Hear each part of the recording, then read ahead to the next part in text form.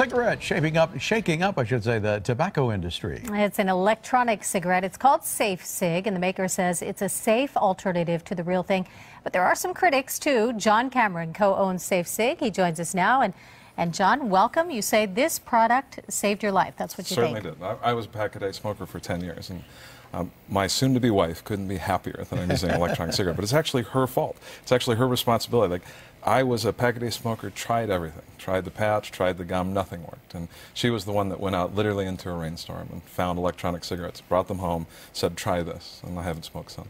How does it work? It's vaporizing fluid in a small canister and a battery. So they come in two parts. And so the battery you can charge in your computer. And oh, that's crazy. Once you put them together, it looks and feels just like a cigarette. But there's no ash, there's no tar, there's no carcinogenics, and that's the key. There's no cancer-causing agent inside. And there's a lot of misconception about that. So I think what you're looking at is something that unwrites the tragedy and travesty of smoking. Can I see that? Can I hold it? So it's is it reusable? It certainly is. It's like a hard plastic. What you do to reuse it is you keep the battery, and once you have a Safe Cig battery, you have it for life. You can turn it back to us, give it back to us. We'll give you a brand new one. Which part is the battery? The filter-looking part? This is the battery. Oh, okay, the longer this is the cartridge. Okay. And so we have exact data on what's inside that cartridge. We know exactly what's in it. We know there are no carcinogenics, and you can control the amount of nicotine. But I think the main point is that while you're smoking this, there's no smell to it. There's no ashes to get everywhere. You're not going to start a fire by smoking an electronic cigarette. So it's very important that people understand what it is, because I think it can save millions of lives. Boy, it's pretty fascinating. Is there any smoke to it at all? There is, sure. Oh, and the end gets red. Look at that. So it lights up on the, that's just a little, what, LED or something going off in there? There's an electronic circuit board inside, and there's a lithium-ion battery. And that battery is the same technology that's used in cell phones today.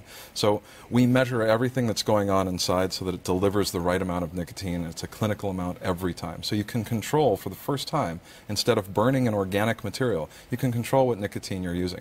Is the plan, can you go down in the amount of nicotine you get? You certainly can. We don't do child flavors. We don't do any of the bubble gum flavors, any of those things. We want to stick with just the traditional and classic flavors of tobacco, and we have different levels. We have 6 levels of nicotine in them, from 24 to 18, 14, 11, 10. So you can control what you're getting.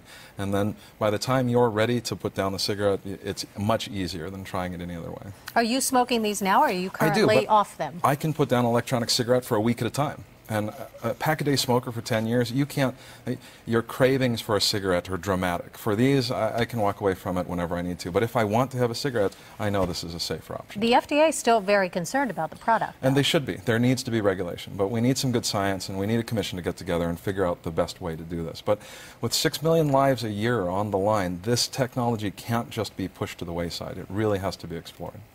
Now, is this out there for me to buy right now? It certainly is.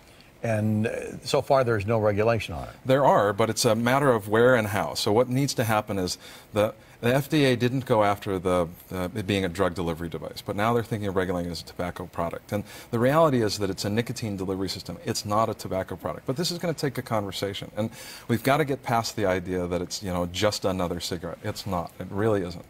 It really stops all of the ills of tobacco that you'll experience. Is there anything else out there I can buy that is a nicotine product? Well, sure. You could have patches or gum. I've tried them both. Okay.